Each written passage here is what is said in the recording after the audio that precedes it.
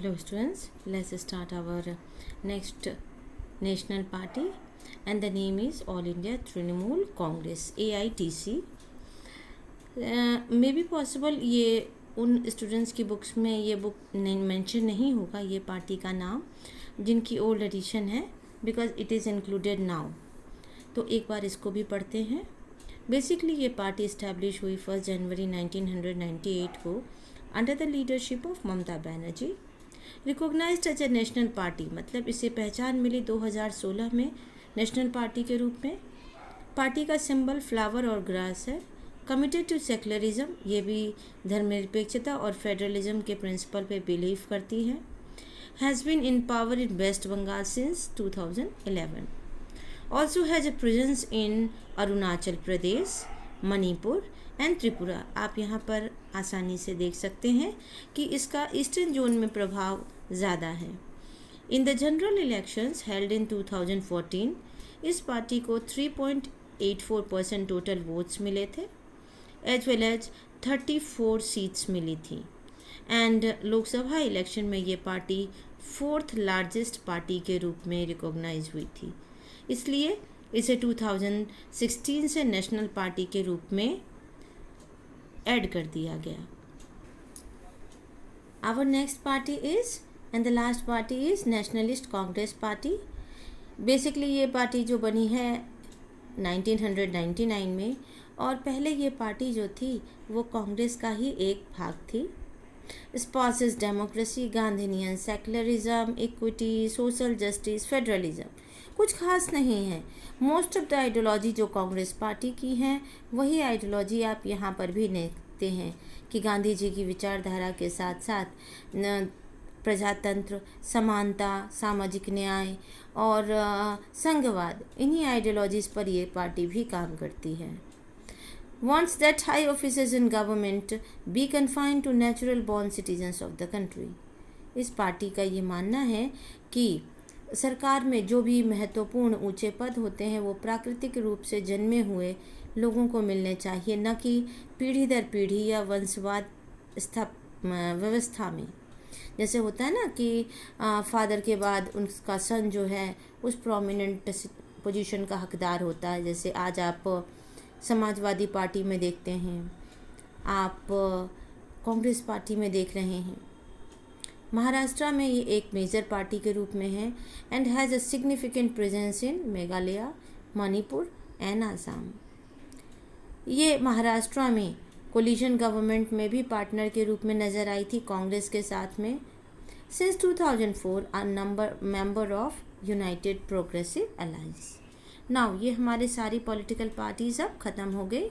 Come to next topic, ये है state parties. Other than these 7 parties mostly जो parties हैं हमारी कंट्री में उनको इलेक्शन कमीशन ने स्टेट पार्टी के रूप में रिकॉग्नाइज़ किया है. These are commonly referred to as regional parties. Yet these parties need not be regional in their ideology और आउटलुक. हालांकि ये पार्टी पूरी तरीके से प्रांतीय पार्टी नज़र नहीं आती हैं अपने आदर्श और अपने वर्किंग स्टाइल से. इनमें से कुछ पार्टीज़ जो हैं are all India parties that happen to have succeeded only in some states. जो जिन्हें सफलता मिली है कुछ एक राज्यों में ही. पार्टी जैसे कि Samajwadi party, Rashtriya Janata Dal have national level political organisation है with units in several states. क्योंकि ये पर्टिकुलर एक ही स्टेट में काम ना करते हुए कई स्टेट्स को में काम करती हैं. इनमें से कुछ और पार्टी के नाम भी आप याद रखें. Biju Janata Dal, Sikkim democratic front, Mizo national front end Telangana राष्ट्र समिति. ये बेसिकली अपनी एक पर्टिकुलर स्टेट से जुड़ के बहुत सारे स्टेट्स में काम करती हैं. Over the last 3 decades, the number and the strength of these parties has expanded. काफ़ी बढ़ गई है. This made the Parliament of India politically more and more diverse. इसलिए भारत की संसद आज हमें बहुत ही ज़्यादा डाइवर्स नज़र आती है. No one political party is able to secure on its own a majority in the Lok Sabha. 2014 तक हमने देखा था कि कोई भी नेशनल पार्टी जो थी वो अपने दम पर मेजॉरिटी हासिल नहीं कर पा रही थी। इसका परिणाम हुआ कि जो नेशनल पार्टीज़ हैं आर कंपेल्ड, उनको मजबूर किया होना पड़ा कि वो अब अलायंस बनाएं, गठजोड़ करें, इन स्टेट पार्टीज़ की मदद लें। Since 1996 nearly every one of the state party को मौका मिला नेशनल लेवल की कोलिशन गवर्नमेंट में किसी न किसी रूप में पार्टिसिपेट करने का। This has contributed to the strengthening of federalism and democracy in our country. दोनों को बढ़ावा मिला। Now the next topic is challenges to political parties. We have seen, हम लोग अगर आज के समय में in today's concept Indian political system के लिए चैलेंजेस ढूंढने जाते हैं तो हमें 4 मेजर चैलेंजेस नज़र आएंगे। Number 1, first challenge is lack of internal democracy within parties.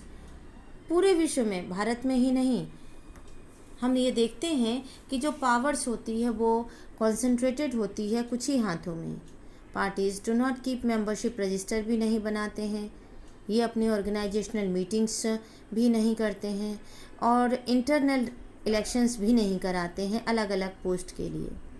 Ordinary member जो होते हैं पार्टी के do not gate sufficient information, उन्हें तो सही तरीके से इन्फॉर्मेशन भी नहीं मिलती है कि पार्टी के अंदर क्या हो रहा है। उनका कोई खास महत्व नहीं होता है डिसीजन मेकिंग के दौरान। और इसका परिणाम क्या होता है, लीडर्स जो हैं assume greater power to make decisions in the name of the party. जो महत्वपूर्ण लीडर्स होते हैं वो महत्वपूर्ण डिसीजंस पार्टी के नाम पर स्वयं लेने लगते हैं। सिंस वन और few leader exercise Paramount power को वो अपनी पार्टी के अंदर एंजॉय करने लगते हैं। Those who disagree with the leadership find it. कई बार हम देखते हैं कि अगर कोई व्यक्ति इनके खिलाफ जाता है तो उसको पार्टी में रह पाना मुश्किल हो जाता है।